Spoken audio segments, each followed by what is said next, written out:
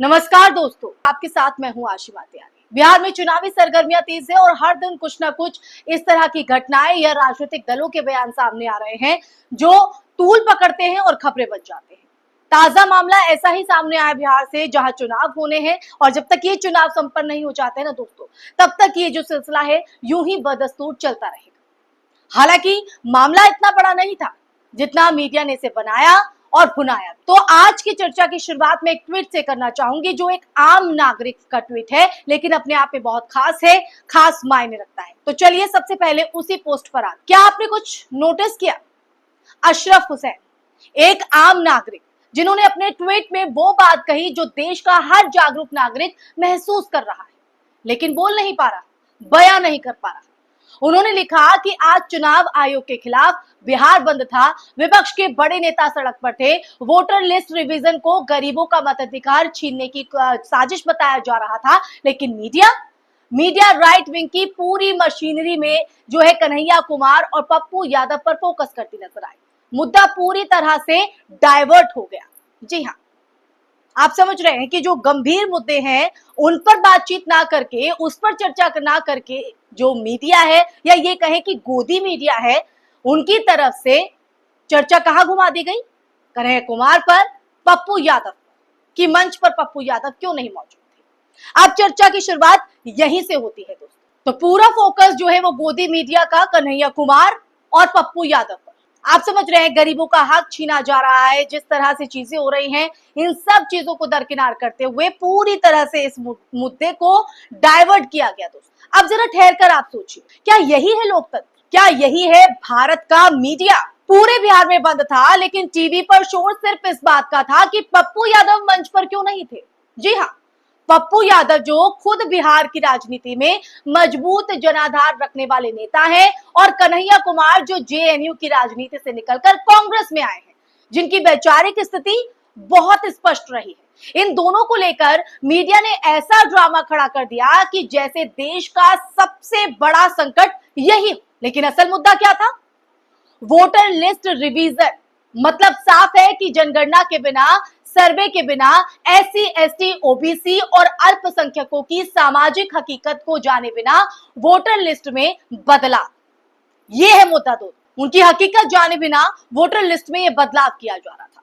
इससे लाखों लोगों का जो नाम है वो हट सकता है, वो भी वो लोग जो रोज कमाने खाने वाले हैं, पढ़े लिखे नहीं हैं, जिन्हें कानूनी प्रक्रिया की समझ नहीं है, जिन्हें अपने अधिकारों की रक्षा का भी कोई औजार जो है वो नहीं मिला है। अब सवाल ये उठता है कि जब ये मुद्दा इतना बड़ा था, वो मीडिया क्यों नहीं दिखा रही थी? क्योंकि मीडिया अब न्यूज नहीं, नैरेटिव बेचती है दोस्तों। नैरेटिव। आज मीडिया का काम सिर्फ सरकार के फैसलों को जायज ठहराना रह गया है, चाहे वो फैसले संविधान विरोधी क्यों ना हो दोस्तों। आप ही देखिए, पिछले एक साल में सरकार ने कितनी संस्थाएं एक तरफा कर दी।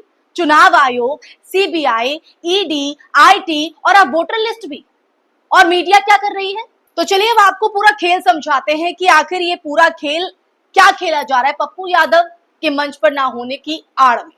जी हाँ, क्योंकि असल मुद्दों से तो भटकाया जा रहा है। अब इस पूरे खेल को आप इस तरह से समझिए, मंच पर कौन बैठा, कौन नहीं बैठा, ये तो आंतरिक राजनीतिक सवाल है, लेकिन इससे ना तो रोटी सस्ती होगी, ना गैस सिलेंडर का दाम गिरता है, ना युवाओं को नौकरी मिलती है। लेकिन जब मीडिया इसको टॉप हेडलाइन बना देती है, जी हाँ, टॉप हेडलाइन बना देती है, तो वो सरकार में जुड़े गंभीर मुद्दों को दबाने की मदद करती है। अब जरा पीछे चलते हैं। जब मोदी जी ने योगी आदित्यनाथ को अपनी गाड़ी में बैठने नहीं दिया, जब वही मोदी जी गुजरात के मुख्यमंत्री को अपनी गाड़ी के दरवाजे से लौटा देते हैं, जब आडवाणी जी जो पार्टी के संस्थापक है, उन्हें अमित शाह और मोदी ने मिलकर दूसरे कतार में बिठाते हैं, जब आडवाणी जी हाथ जोड़कर खड़े रहते हैं और मोदी जानबूझकर नजरअंदाज करते हैं, इन सब पर मीडिया चुप क्यों रहता है? पप्पू यादव मंच पर नहीं थे, इस पर सवाल होते हैं। क्यों नहीं कोई डिबेट हुई? क्यों नहीं कुछ पूछा गया कि ये बेइज्जती नहीं थी तो क्या थी? क्योंकि उस वक्त मीडिया की रीढ़ की हड्डी टूट चुकी थी दोस्तों। तो जब सत्ता में बैठे लोग मीडिया को प्रेस नहीं, प्रोपेगेंडा टूल समझने लगते हैं, तब लोकतंत्र केवल इवेंट मैनेजमेंट बनकर रह जाता है। गलत नहीं है इसमें कुछ, जाहिर तो यही होता है ना दोस्तों, वक्त वक्त पर ये हो रहा है। और अब बात करते हैं उस बिहार बंद की जिसे मीडिया ने दबा दिया। वोटर लिस्ट की बात करें तो नाम काटने की ये योजना पहली बार नहीं है। पिछले कुछ सालों में हमने ये देखा है दोस्तों कि दिल्ली हो, असम हो, उत्तर प्रदेश में बड़ी संख्या में मुसलमानों, दलितों और पिछड़ों के नाम अचानक से गायब मिले। एनआरसी, एनपीआर और अब वोटर लिस्ट जो है रिवीजन, ये तीनों ही प्रक्रियाएं एक बड़े सामाजिक इंजीनियरिंग की रणनीति का हिस्सा है। लक्ष्य क्या है?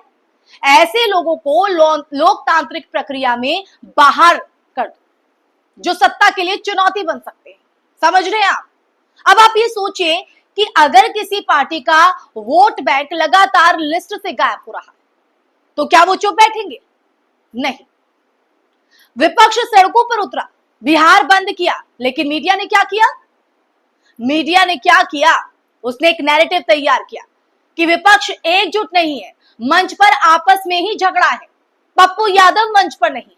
यानी असल मुद्दा नहीं, जो नैरेटिव यहां पर तैयार किया गया था उसे परोसा गया कि मंच पर पप्पू यादव नहीं थे, क्यों नहीं थे, असल मुद्दा नहीं, स्क्रिप्टेड विवाद जरूरी है। गोदी मीडिया यही दर्शा रही है। अब बात करते हैं मोदी सरकार के विदेशी दौरों की। जब देश में एक साथ 2 मिलिट्री प्लेन क्रैश हो जाए और प्रधानमंत्री विदेश में हंस हंसकर गुजराती समुदाय के साथ फोटो खिंचवाते नजर आए, जब गुजरात में पुल गिर जाए और पीएम एक भी संवेदना ट्वीट ना करे, जब जनता महंगाई से परेशान हो और पीएम मोदी विदेश में मोदी मोदी के नारे सुनने में व्यस्त है, तो क्या ये संवेदनहीनता नहीं है दोस्तों? मीडिया क्या करती है दोस्तों?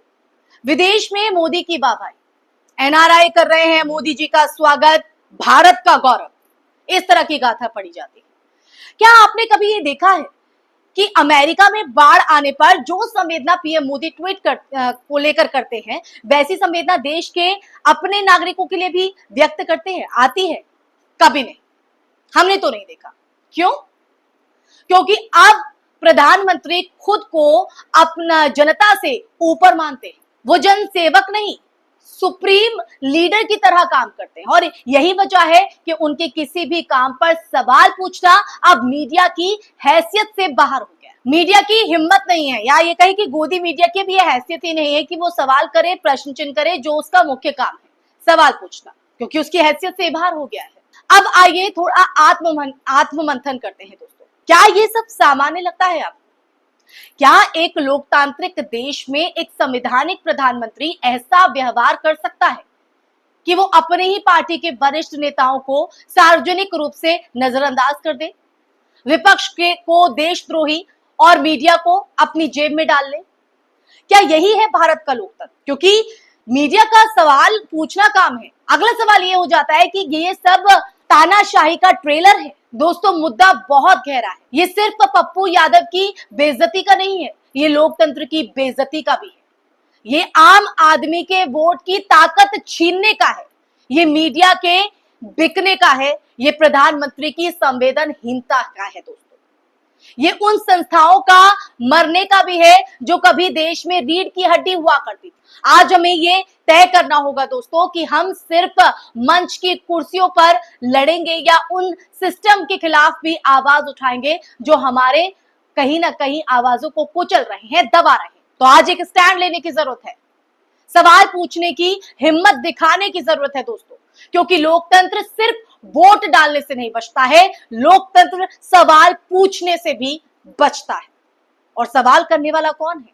आप, हम, हमारी देश की जनता, देश का हर नागरिक, क्योंकि देश नागरिक से बनता है, नागरिकों से बनता है, लोगों से बनता है। लेकिन उन्हीं लोगों में बंटवारा कर दिया जाता है और कुछ लोगों को तो दबा दिया जाता है या गायब कर दिया जाता है, जो कि वोटर लिस्ट रिवीजन के जरिए किया जा रहा है, जो बिहार में हो रहा है, जो गोदी मीडिया कर रही है। अगर आपको मेरी वीडियो पसंद आई हो, आप मेरी बात से सहमति जताते हैं, तो कमेंट बॉक्स में अपनी राय जरूर साझा कीजिएगा। और सिर्फ सहमति ही नहीं, अगर आप असहमत भी हैं तो आप अपनी राय साझा कीजिएगा, हम खुद को भी करेक्ट करेंगे अगर हम गलत हैं तो। इसी के साथ इस वीडियो में फिलहाल के लिए बस इतना ही। इस वीडियो को ज्यादा से ज्यादा शेयर कीजिए, लाइक कीजिए और सब्सक्राइब कीजिए। आपके लिए मुद्दे उठाता रहेगा, आपकी आवाज को बुलंद करता रहेगा और फिर हाजिर होंगे एक नए विषय के साथ। तब तक के लिए नमस्कार।